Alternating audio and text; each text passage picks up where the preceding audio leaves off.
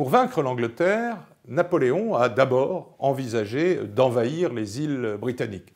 C'est la fameuse affaire du camp de Boulogne, de cette grande armée massée sur la Manche et la mer du Nord, qui aurait dû, qui aurait pu, mais qui finalement n'a jamais franchi le Channel pour aller envahir l'Angleterre. Napoléon a donc repris des vieilles méthodes qui avaient déjà été créées sous la Révolution française, c'est de faire à distance une guerre économique avec l'Angleterre.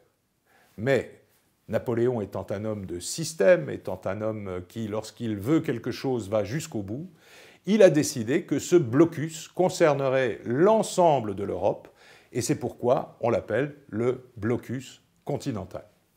Il a été fondé officiellement par un décret pris à Berlin le 21 novembre 1806 et qui décrétait que toutes les marchandises britanniques étaient interdites en Europe et que tous les ports européens devaient être fermés aux navires anglais.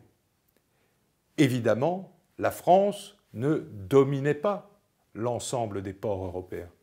Et on voit bien que dans le blocus continental, il y avait déjà l'engrenage qui allait faire chuter Napoléon.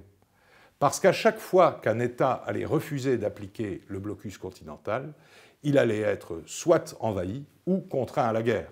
Ce fut le cas au Portugal, ce fut le cas en Espagne, ce fut le cas au bord de la Baltique où Napoléon a annexé toute une série de contrées dont Hambourg était devenu le chef-lieu, mais ça a été aussi le cas avec la Russie. Au traité de Tilsit, traité de paix entre la Russie et la France de 1807, le tsar s'était engagé à déclarer la guerre à l'Angleterre. Mais ce faisant, il privait son économie de son principal débouché. Donc, l'empereur de Russie a lui-même favorisé la contrebande et les matières anglaises ont pu entrer en Russie. C'est une des causes de la rupture et de la guerre de 1812. Finalement, le blocus continental, qui n'était pas fait pour affamer les Anglais, mais pour dérégler complètement leur économie, eh bien, n'a pas mis l'Angleterre à genoux, pour plusieurs raisons. D'abord, l'Angleterre avait un système de crédit, un système bancaire beaucoup plus perfectionné que celui des autres États européens.